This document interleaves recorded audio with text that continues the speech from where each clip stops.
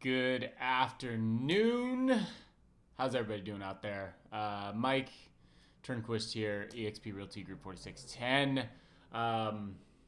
Yeah, lot of craziness going on in the world, and so wanted to touch on a couple of topics. One, I get asked a lot about negotiations, and so we're going to talk a little bit about negotiations, but wanted to kind of give you a quick market update, what's been going on. Not a lot's changed in the 2 weeks, except inventory levels have continued to shrunk.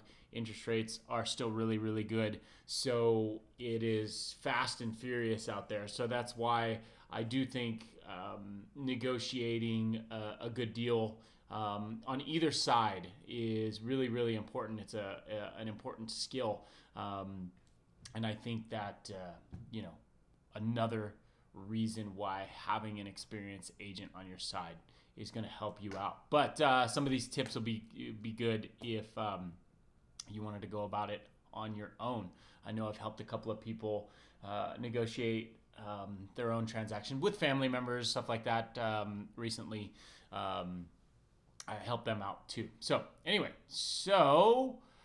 tip number one, and this is kind of goes along with all the other little points here, is do your homework, right? Houses do not all fit in a box. I know you might think, well, a house is a box. Anyway, that's stupid. But yeah, it's really, really important to not just fly by the seat of your pants. I know things are really rapid, but take some time, do some homework. It's really, really important. That's going to pay off, especially if you are competing, so to speak, which a lot of buyers are right now. So most important, whether I'm helping a buyer client secure a property or working on negotiating a good deal for a seller, it's really, really important to take the time, talk to the other side, and find out what's important to them. Find out why they're moving, why they want to buy that house, why they want to sell that house, how soon do they want to do it, and really find out what's important. And that brings us to kind of like a win-win negotiating is what I like to call it. So it's really what might be important to you may not be important to the other side, and what's really important to them may not be super critical to you. So you can be the hero, give them exactly what they want in return for you getting what you want. This is a great way to put a real estate transaction together because there's so many moving parts in them. And when inspections come down the line or something starts to go sideways, which they tend to do, if somebody feels like they're already losing in the beginning of the deal, you may not get favorable negotiations with them later on. And in my opinion, it's not a win-lose kind of thing. You can put a deal together that's perfect for everybody. And I think that's what makes a really good real estate transaction. Everybody's happy at the end. And that really is the goal. Somebody doesn't have to lose for you to win. So find the motivation of the other party, whether it's a buyer or a seller. All right. This one is also super important, is do your research on the market. You should know what the inventory levels are like. You should know what the average sales price are. You should know how far down the average property a home seller is coming down off of their price. Now, granted, this situation might not fall in line with those averages, but you're going to know how to negotiate that deal, how to write that contract. When we represent a buyer, especially right now when there's multiple offers, everybody's competing, it may not be about getting the cheapest possible price. It may be just getting the house. So it's really common for buyers to get frustrated out there when they're writing offers and they're not getting properties.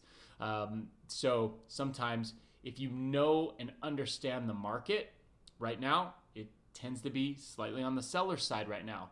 So you don't want to go in and lowball sellers at this point in time. But if you knew the market, let's say this was 2008, 2009, completely different set of rules on that. So it's really, really, really super important to know the market, know the trends, know what's happening, so that you can, know how to negotiate that deal.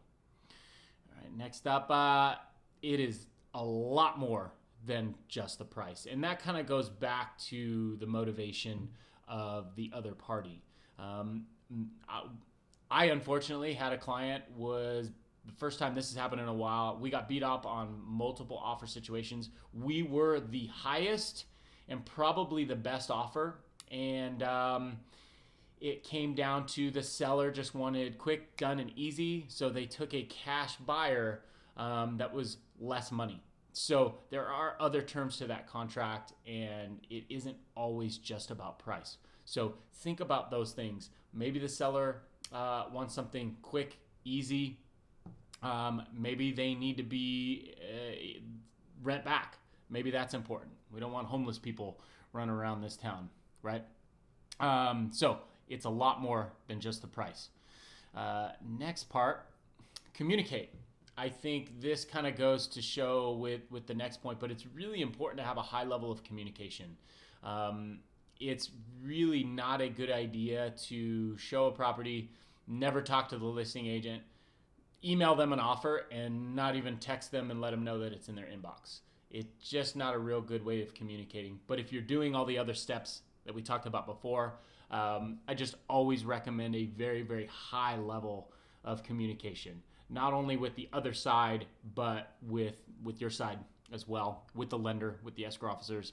It's just super, super important. And I think I'm embarrassed to say that it's kind of a lost art in our industry sometimes. And then the next part, this kind of ties in real bit, show some professionalism. If you can show that you know what you're doing, or that your agent knows what they're doing, and that transaction is going to be handled properly, there's not going to be any pitfalls, any weird expectations, because things do go sideways.